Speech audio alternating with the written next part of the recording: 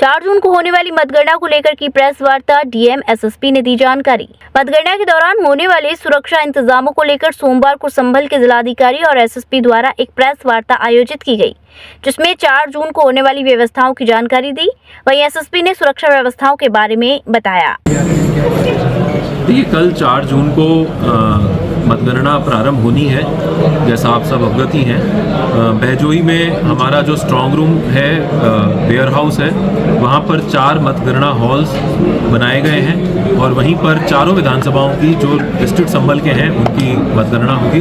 साथ में एक 5वां मतगणना हॉल होगा जिसमें संभल लोकसभा के डाक मतपत्रों की मतगणना होगी। इसमें जो संभल लोकसभा की 3 विधानसभाएं हैं, संभल, असमौली और चंदौसी, उनकी मतगणना यहाँ पर होगी और कुतरकी और बिलारी की मतगणना मुरादाबाद जिले के अंतर्गत होगी। इसमें जो सारी व्यवस्थाएं हैं वो आयोग के दिशा निर्देशों के अनुसार हम लोगों ने पूरी करा ली हैं। सभी हमारे जो मतगणना में लगे कार्मिक हैं उनका ट्रेनिंग हो चुका है। सेकंड ट्रेनिंग उनका आज किया जा रहा है।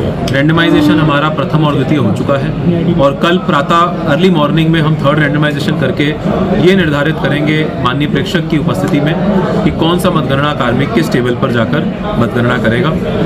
प्रत्येक मतगणना हॉल में ईवीएम के लिए 14 टेबल की काउंटिंग होगी और उनका राउंड वाइज जो रिजल्ट है वो कंपाइल करके फाइनली आरओ टेबल पर पूरी लोकसभा का रिजल्ट कंपाइल किया जाएगा। इसके अलावा जो पोस्टल बैलेट हॉल है वहाँ पर 4 टेबल्स पर पोस्टल बैलेट की मतगणना होगी और 4 ही टेबल्स पर पोस्टल बैलेट्स की प्री काउंटिंग ETPBMS सिस्टम के अंतर्गत जो स्कैनिंग होती है वो की जाएगी।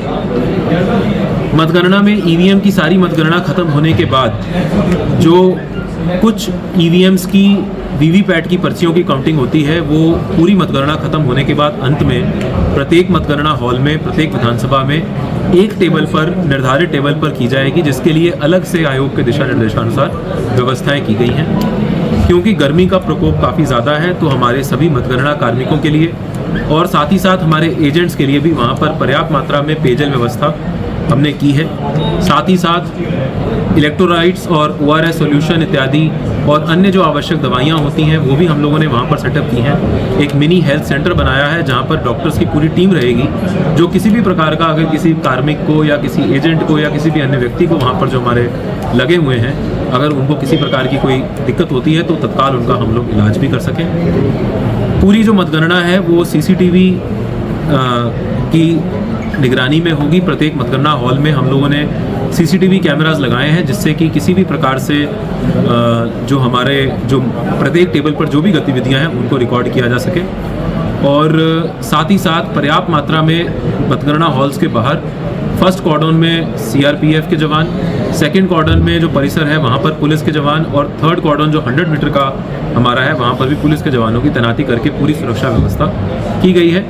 इसमें किसी भी व्यक्ति को जो निर्धारित कुछ अधिकारीगण हैं आयोग के निर्देशानुसार, उसके अतिरिक्त कोई भी व्यक्ति अंदर मोबाइल फ़ोन या कोई भी अन्य ऐसा लैपटॉप, टैबलेट या कम्युनिकेशन डिवाइस लेके जाना उसको अलाउड नहीं होगा। और मतगणना की जो सैंक्टिटी है उसको मेंटेन करना है और 100% पारदर्शी रूप से सभी लोगों को समय समय पर जो सूचनाओं का डिसेमिनेशन होता रहे, आदान प्रदान होता रहे, उसकी हमने पूरी व्यवस्था की है और उसी के अनुसार सारे प्रोटोकॉल्स को पालन करते हुए ये मतगणना पूरी करेंगे।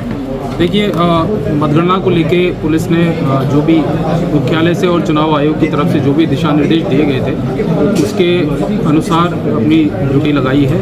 मतगणना केंद्र के अंदर और बाहर त्रिस्तरीय सुरक्षा व्यवस्था की गई है, जिसमें अंदर की तरफ जो स्ट्रांग रूम है जिस पर CAPF और गेट पर और बाहर पुलिस, जिला पुलिस लगाई गई है। इसमें कुल 2 जोन्स में डिवाइड किया गया है, जिसमें मतदान केंद्र परिसर और उसके बाहर 2 जोन बनाए गए हैं, जिसमें अपर पुलिस अधीक्षक उसके प्रभारी रहेंगे तथा साथ ही साथ यहाँ पर 100 मीटर के दायरे में बैरियर भी लगाए गए हैं बाहर की तरफ, ताकि उसमें सिर्फ मतदान के कार्मिक और एजेंट और जिनका मतदान केंद्र में प्रवेश है वही लोग वहाँ से उसके अंदर से अलाउ किए जाएंगे। साथ ही साथ जो निर्देश दिए गए हैं कि किसी भी प्रकार से कोई कम्युनिकेशन डिवाइस कोई अंदर ना लेके जाए या कोई अन्य वस्तु हथियार या इस प्रकार से कोई भी सामान अंदर नहीं ले जा सकता है, उसके संबंध में पहले से ही दिशा निर्देश दे दिए गए हैं और उसके लिए चेकिंग फ्रिस्किंग की भी व्यवस्था की गई है। साथ ही साथ पूरे आउटर कॉर्डन और संवेदनशील स्थानों पर समुचित मात्रा में पुलिस बल भी लगाया गया है, जिससे किसी भी प्रकार की कोई भी कानून व्यवस्था संबंधी समस्या उत्पन्न ना हो और लगातार सतर्क दृष्टि रखी जाएगी और ये सुनिश्चित किया जाएगा कि शांतिपूर्ण तरीके से